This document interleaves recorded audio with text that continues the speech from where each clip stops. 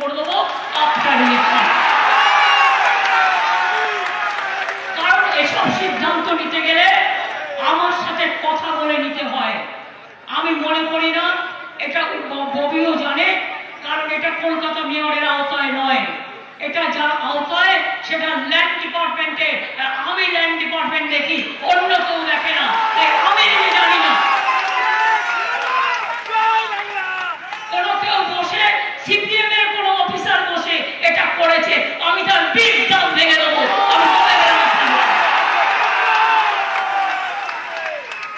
বিজেপির নয় কোনো হরমোন, নয় সিপিএম এর কোনো ওস্তাদ।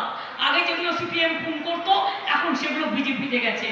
গত মধ্যরাতে দেখলেন না, নির্বাচনে লড়ার ক্ষমতা নেই, গণতন্ত্র মানে না, এই নন্দীগ্রাম আমায় ভোট করতে দেয়নি।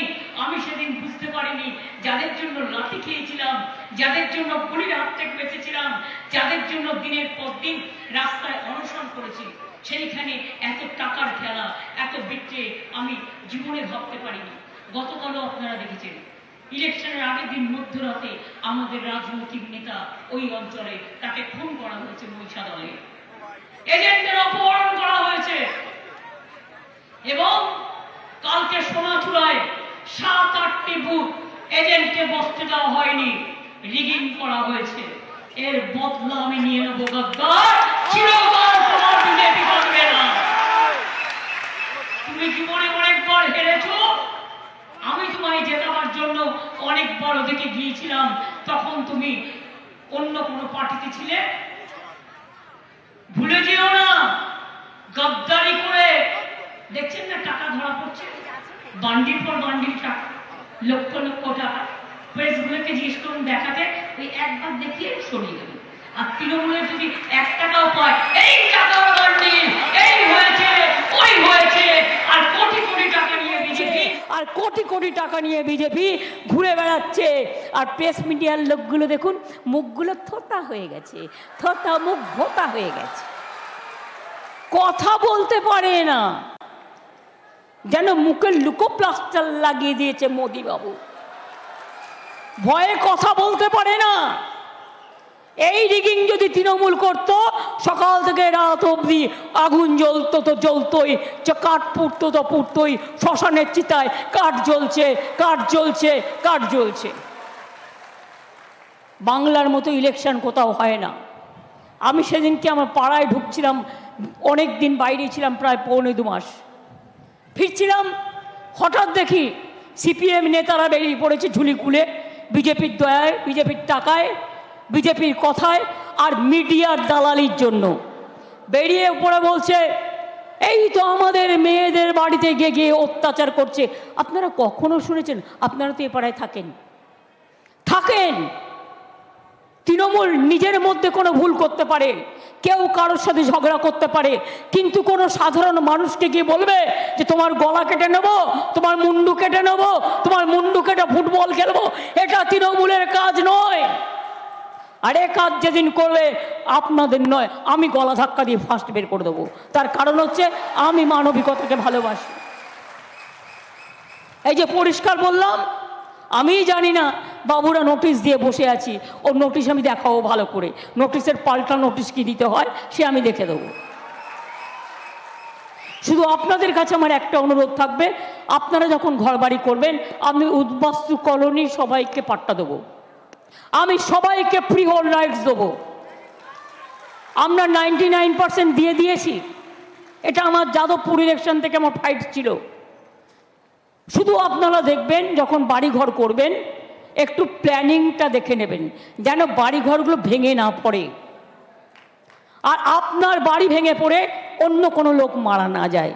এটা আপনাদের সকলের নিজের নিজের দায়িত্ব, যাতে আপনি নিজেও ভালো থাকেন, সুস্থ থাকেন, সুন্দর থাকেন।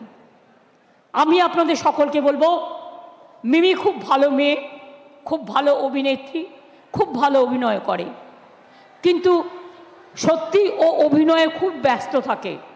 দেখুন, একজন কাউকে তার প্রফেশন থেকে আমি তো সরিয়ে আনতে পারি না, তা সত্ত্বেও ওকে যখন যেটা বলেছি আমরা, ও করেছে, করেনি তা নয়, ও সাধ্যমতো চেষ্টা করেছে।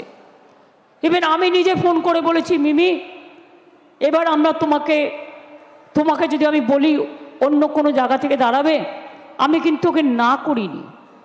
আমি আপনাদের বলি, ও ভালো মেয়ে, ভালো থাকুক, কিন্তু আমি চেয়েছিলাম শাওনিকে এই কারণে, তার কারণ এখানে কেউ কেউ বড্ড বেড়েছে।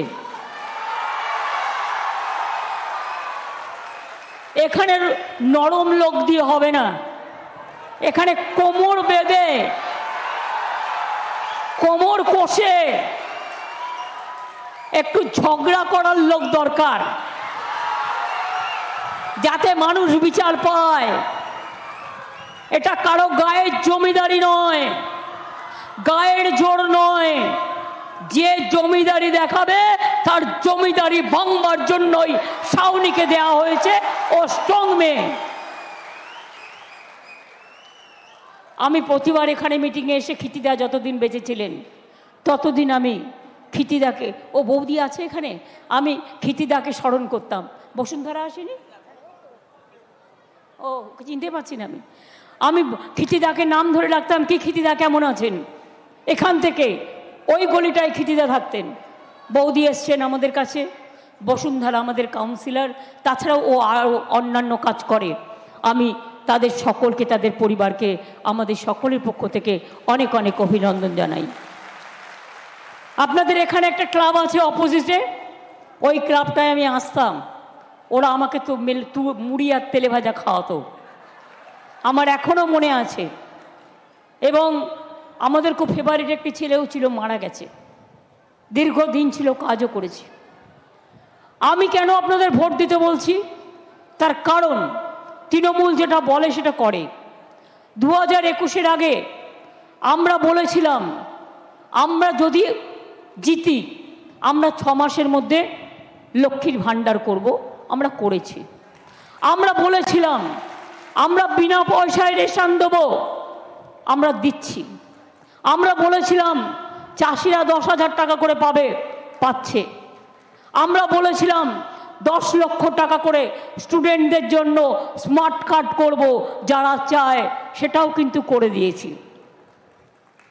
আরও অনেক কাজ আছে, রিক্সাওয়ালা থেকে শুরু করে, টোটোওয়ালা থেকে শুরু করে, পানের দোকান থেকে শুরু করে, বিড়ি শ্রমিক থেকে শুরু করে, দোকানদার থেকে শুরু করে, জেনে রাখবেন সামাজিক সুরক্ষা স্কিম আছে আমার।